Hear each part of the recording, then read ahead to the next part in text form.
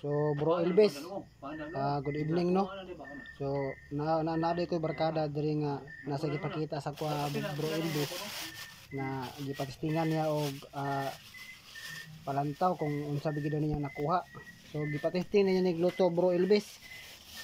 Now, kung nakita nimo na bro, kuha na siya bro na itom.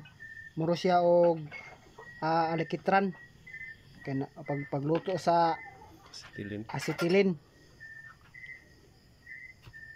So kung unsa inyohang kuha ni bro, kung mahalin ba ni siya og dili bro, text lang or tawag.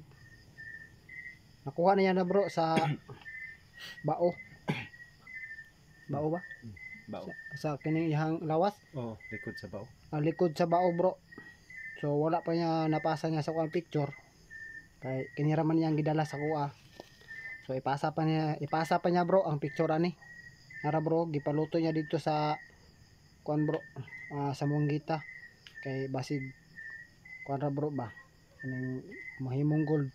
So ang pagluto ni bro, wala din ni kasigulan og kuan no. Mercury. Di na kalito ka ni. So kana bro. So mo rin na sa bro. Kuan bro. Nya, nara din sa bro. Muna sa bro, sa wala pa sa naluto bro. Muna sa bro. Nagkuhan siya bro ba? Murag sagol siya mga minerals or metal. Kuan, danlog siya ba murag na sa oil. So nakuha niya bro na kuan bro sa likod sa bao.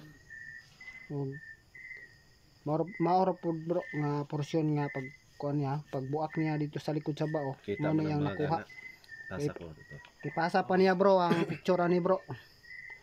Na bro, nahimo sang itom, acetilin bro. 30 ka pinti. Muro man sa alikitran pero kaan siya bro. So mga 30 kilos ni bro nakuha nila bro. So akong gi-editikan og Japan bro. Katoy mong Japan nga gipadala nimo sa kuha. So akong gi-editikan og Japan.